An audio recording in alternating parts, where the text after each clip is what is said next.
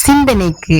புதிதாக திருமணமான தம்பதியர் கடல் வழியாக படகொன்றில் சென்று கொண்டிருக்கும் போது திடீரென கடல் கொந்தளித்தது. இடியுடன் மின்னல் மின்னியது. மனைவி பயத்தில் நடுங்கினாள். ஆனால் கணவனோ புன்னகையுடன் அமைதியாக நின்றான். மனைவி கேட்டாள், உங்களுக்கு பயம் இல்லையா? கணவன் பதில் சொல்லவில்லை. ஒரு கத்தியை எடுத்து மனைவியின் கழுத்தில் வைத்தான். ஆனால் மனைவி சிரித்தாள்.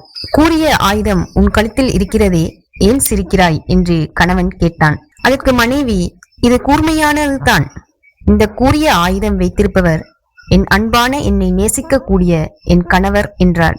கணவன் புன்னகைத்துக் கொண்டே சொன்னான், அதே போன்றுதான் இந்த அலைகளும் இடியும் மின்னலும் பயங்கரமானவை. ஆனால் அவற்றை கட்டுப்படுத்துவது என் அன்பான இறைவன். இந்த வீடியோ பிடிச்சிருந்தா லைக் பண்ணிட்டு உங்கள் நண்பர்களுக்கும் ஷேர் பண்ணுங்க. உங்களது கருத்துக்களையும் கமெண்டில் பகிருங்கள்.